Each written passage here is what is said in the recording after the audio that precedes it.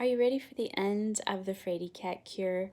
The other day, my time ran out and the battery ran dead. So let's back up a little bit. Remember that Phoebe was starting a fire and she had to go get some water to put in the kettle. And remember, she was afraid, but Wag the dog helped her. "Say, pumping's fun," she said to Wag, and she lifted up the full kettle and put it on the stove. Her fire was going very well, and she poked in some more wood until the firebox was clear full. Penelope came into the kitchen. "Did you get the fire going all right?" "See, look!" And Phoebe opened the firebox door. "Looks fine. Did you open the draught, the draught, the draught?" "What's that?" "Oh, it's that little thing on the side, on the side, on the side. See the little window?"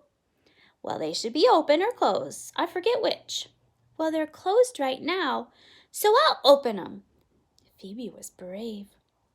She did, and the fire roared.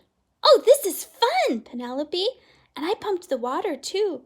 Wag showed me all how to do it, and I was afraid." "Fine, fine, fine. Now what about the coffee? Coffee, coffee. How do you make that?" "I don't know, Penelope. I don't even know where Mrs. Piggle Wiggle keeps her coffee." "It's in the pantry in a red can, red can, red can. All you do is put some in the coffee pot, pour in some water, put in an eggshell, and let it boil, boil, boil." "But how much coffee? And how much water do you use?" "Fill her up, fill her up, fill her up," said Penelope.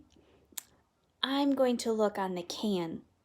Here, it says 1 tablespoon of coffee for each cup of water." "Oh, that's easy. I can measure that." When Nels carried Mrs. Piggle Wiggle into the kitchen a few minutes later, the fire was snapping and crackling. The kettle was humming, and the coffee pot was on. Nels put Mrs. Piggle Wiggle in the rocker by the stove. "Everything is so cozy, I feel better already," said Mrs. Piggle Wiggle.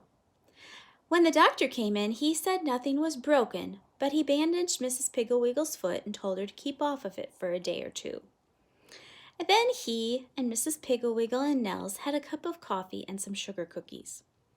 When he was ready to leave, he said, "Oh, you're mighty fortunate to have this fine, brave girl here to help you, Mrs. Piggle Wiggle.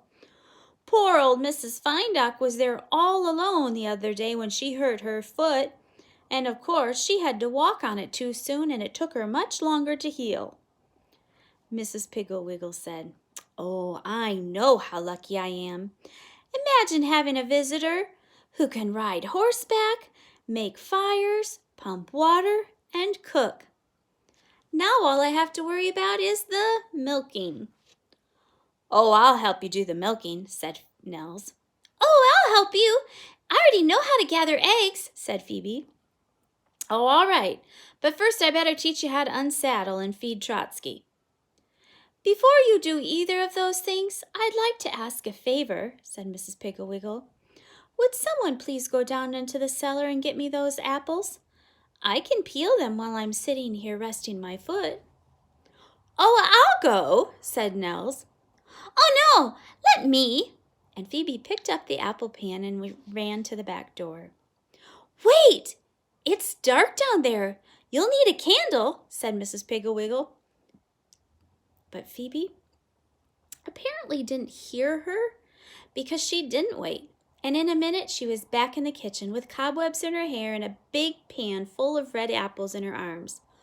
"Wow, good girl," said Nels. "Now let's go and take care of the animals." When they had gone, Penelope jumped on Mrs. Piggle Wiggle's lap, took a bite of her sugar cookie and a sip of her coffee and said, "You know, Mrs. Piggle Wiggle, Mrs. Piggle Wiggle, Wiggle, when Phoebe first came to see us here, I thought she was the worst ninny I'd ever seen, and I could hardly wait for her to go home, go home, go home. Now I wish she'd stay all summer." "Oh, so do I, Penelope, so do I."